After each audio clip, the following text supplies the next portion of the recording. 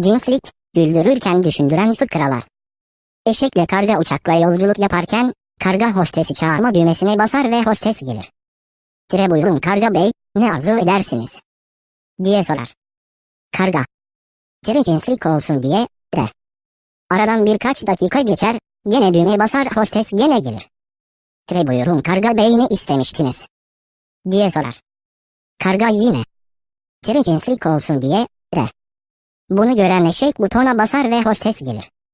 Buyurun eşek bey arzu edersiniz? Eşek.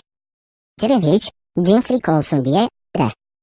Hostes sinirle pilotun yanına gider. Efendim yolculardan eşekle karga beni ikide bir boş yere çağırıyor, sonra da cinslik olsun diye deyip gülüyorlar der.